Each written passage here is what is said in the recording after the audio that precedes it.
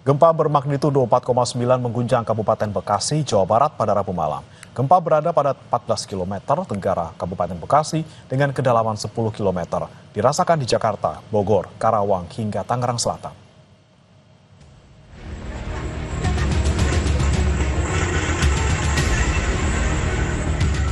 Gempa magnitudo 4,9 mengguncang Kabupaten Bekasi, Jawa Barat Rabu malam. Pusat gempa berada 14 km tenggara Kabupaten Bekasi dengan kedalaman 10 km. Gempa juga dirasakan di sejumlah wilayah seperti Karawang, Purwakarta, Bogor, Depok, hingga Jakarta. Di Karawang, gempa membuat tenaga kesehatan dan pasien di Rumah Sakit Permata Keluarga panik. Mereka berhamburan keluar ruang perawatan untuk menyelamatkan diri. Bahkan sejumlah bangunan dan fasilitas umum di 3 kecamatan di wilayah Kabupaten Karawang rusak. Pendataan sementara korban jiwa tidak ada. Terus bangunan lagi pendataan. Seluruh para camat dan kepala desa lagi inventaris daerah masing-masing untuk korban gempa. Ada tiga kecamatan ya? 3 kecamatan. Tegalwaru, Bangkalan, sama Teluk Jambi Barat. Nah, itu lagi diinventarisir dulu. Sementara satu rumah warga di Desa Cilangkap, Kecamatan Babakan Cikao, Purwakarta, rusak di bagian dapur dan tembok ambruk akibat gempa yang terjadi di Kabupaten Bekasi. Sementara objek vital Bendungan Jatiluhur dan Cirata juga dilaporkan masih aman akibat gempa. Dan ini juga beberapa kali terjadi gempa susulan dan dampaknya juga masih terasa di kita walaupun kecil.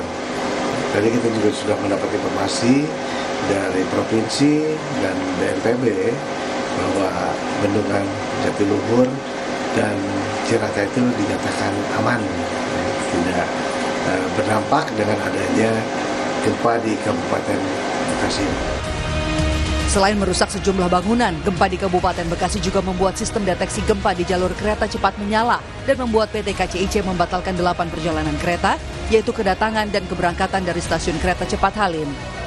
KCIC mengucapkan permohonan maaf atas kondisi tersebut. Tentunya ini dilakukan untuk keselamatan dan juga keamanan perjalanan kereta. Sehingga diputuskan untuk perjalanan KA Wus mulai pukul 8 malam sampai dengan kereta terakhir pada Rabu 20 Agustus dibatalkan. Total ada 8 perjalanan yang dibatalkan, 4 dari Halim menuju Tegaluar dan 4 dari Tegaluar menuju Halim. Dan penumpang yang terdampak pembatalan akan diberikan pengembalian biaya tiket sebesar 100% dari harga tiket yang telah dikenakan dengan metode cash ataupun juga transfer, dan proses pembatalan bisa dilakukan hingga H-3. Dan sementara untuk penumpang yang sudah ada di stasiun Padalarang ini juga dibantu diarahkan oleh petugas untuk dapat menggunakan juga kereta Pangandaran yang berangkat dari stasiun Padalarang KAI pada pukul 22.21. Analisis parameter sumber gempa bumi BMKG menunjukkan gempa diakibatkan oleh sesar naik pada zona sesar Baribis, yaitu sesar yang melintang melewati sejumlah wilayah di Jawa Barat seperti Cirebon, Indramayu, Majalengka, Subang, Purwakarta, Karawang, dan Bekasi. Tim Liputan Kompas TV. Gempa berkekuatan magnitudo 4,9 mengguncang Kabupaten Bekasi, Jawa Barat pada Rabu malam. Untuk mengetahui apa saja yang terdampak dan bagaimana penanganannya pasca gempa, sudah bergabung bersama kami secara daring Kepala Pusat Data Informasi dan Komunikasi Kebencanaan BNPB, Abdul Bohari. Selamat pagi, Pak Bohari. Selamat pagi, Mas Brahmana. Ya, Pak Bohari, sejauh ini dari pantauan BNPB di lapangan, seperti apa situasi pasca gempa? Iya, setelah kita menerima informasi dari BMKG, gempa tadi malam jam pukul 19.54 magnitudo 4,9, Kepala BNPB langsung memerintahkan tim reaksi cepat BNPB untuk turun ke lokasi. Ada 4 kabupaten kota yang kita turun menyisir dan melakukan kaji cepat situasi. Kabupaten Bekasi, Kota Bekasi, Kabupaten Karawang. Hasil tim yang bekerja 1 malam penuh hingga tadi pagi, kita mendapatkan laporan yang sudah kita validasi. Itu untuk korban jiwa baik itu meninggal dan luka itu tidak ada. Kemudian untuk kerusakan fisik bangunan dan perumahan, kita mencatat ada satu fasilitas pendidikan SDN Kota Maneh 2 Kecamatan Tegalwaru yang plafon atapnya roboh. Kemudian ada aula Kecamatan Pangkalan yang juga plafon atapnya roboh. Kemudian untuk rumah masyarakat itu terdampak kerusakan ringan hingga kerusakan sedang di Kabupaten Karawang sebanyak 26 unit. Ini yang kita dapatkan, baik itu data dari tim BPBD maupun tim BNPB sendiri yang bersama-sama melakukan kajian situasi di lapangan. Pagi ini tim masih bekerja, tentu saja penyisiran dan pemetaan cepat situasi di lapangan tadi malam mungkin belum maksimal. Pagi ini kita akan sisir ulang di sekitar daerah epicentrum Bekasi Tenggara dan Karawang untuk benar-benar mendapatkan gambaran utuh kira-kira seperti apa dampak kerusakan yang terjadi.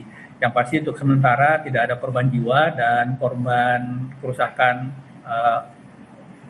kerusakan bangunan itu 26 unit rumah rusak ringan hingga rusak sedang dan 1 plastik dan 1 gedung kantor rusak ringan, Mas Premana. Oke, kalau untuk kerusakan ini kan ada di Karawang ya Pak Bohari, kemudian kalau untuk di Bekasi, kabupaten maupun kota seperti apa? Apakah masih akan dicek pagi hari ini? Ya, tim kita masih bergerak, masih berjalan pagi ini di Kota Bekasi, Kabupaten Bekasi, dan Kabupaten Karawang. Dan tim saat ini sudah lebih dekat ke daerah epicenter untuk melihat seperti apa kira-kira dampak di sana.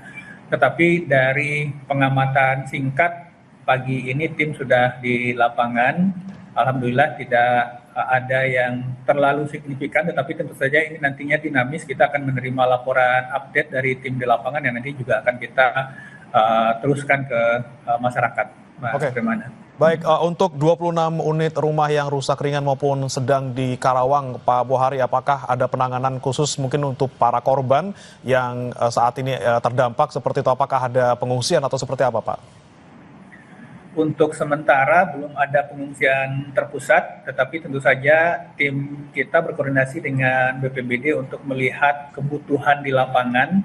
Yang pasti Kepala BNPB sudah memerintahkan untuk kita bersama-sama pemerintah daerah menjamin kebutuhan dasar dan logistik warga yang terdampak, apakah itu nanti diperlukan satu pengungsian terpusat atau pengungsian mandiri yang sifatnya berada di dekat rumah masing-masing. Nah, BNPB juga sudah menyiapkan dukungan logistik yang diperlukan sekiranya nanti sesuai dengan dinamika di lapangan. Artinya ini masih dinamis, datanya juga masih kita terus berkembang, tetapi pada dasarnya ketika ada bencana yang menimpa masyarakat, tentu saja ada dukungan insentif perbaikan dari pemerintah seperti yang sudah sejauh ini kita lakukan di tempat-tempat lain, seperti penggantian rumah rusak, kemudian dana tumbuh hunian dan seterusnya. Oke, baik, tadi dilaporkan ada 26 rusak rumah, kemudian fasilitas pendidikan, ada juga aula. Tapi kalau untuk infrastruktur, Pak Bohari, apakah ada kerusakan misalnya jalan atau fasilitas lainnya?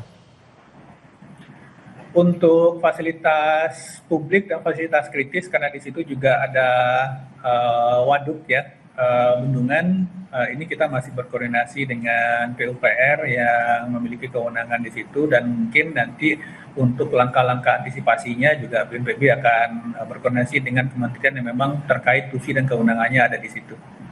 Oke, baik, kami nantikan nanti Pak Bohari bagaimana perkembangan di sana, terutama di epicentrum gempa di Kabupaten dan juga Kota Bekasi. Terima kasih Pak Abdul Muhari, Kepala Pusat Data Informasi dan Komunikasi Kebencanaan BNPB telah bergabung bersama kami. Jangan beranjak, saudara, kami akan kembali.